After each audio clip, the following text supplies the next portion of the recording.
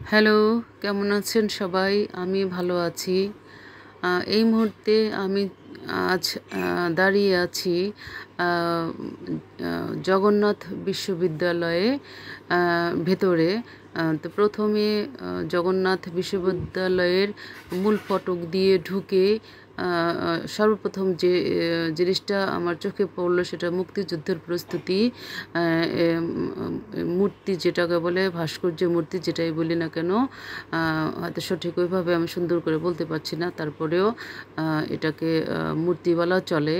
আ যেমন মুক্তিযুদ্ধের প্রস্তুতি বিষয়ে এই মূর্তিগুলো।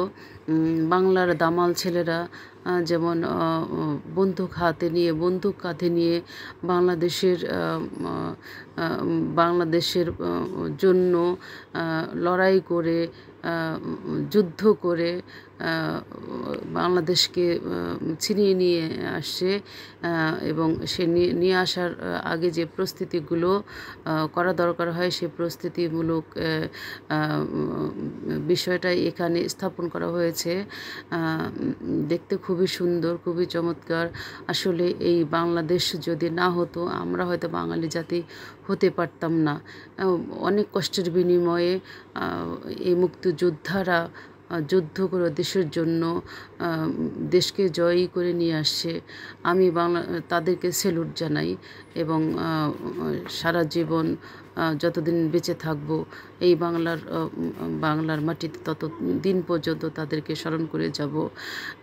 তো এই যে মূর্তিগুলো এই যে এখানে স্থাপিত করা হয়েছে সুনিপুণ হাতে, সেটা আসলে যেই করেছেন না কেন তার অনেক দক্ষতা আছেই বলা চলে।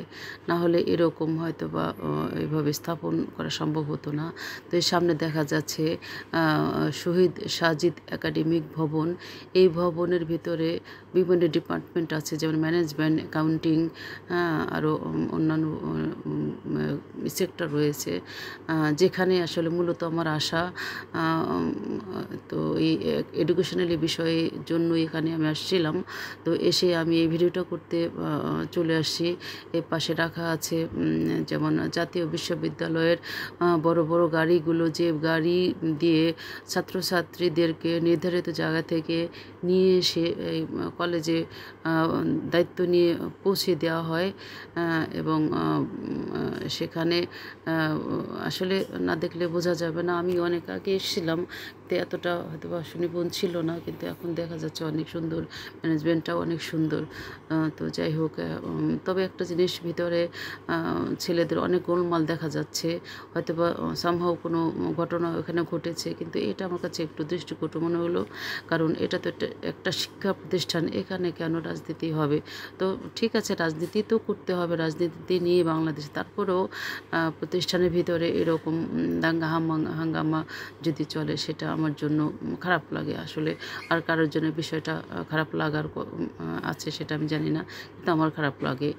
তো যাই হোক, এই যে এখানে আছে একটা কি বলে এটাকে, এখানে কিছু মূর্তি, না ঠিক এটাকে কি বলবো আমি জানি না, যেটা তৈরি করেছেন শিল্পী ভাস্কর রাশা, যিনি কিছুদিন আগে হামলার শিকার হয়েছেন।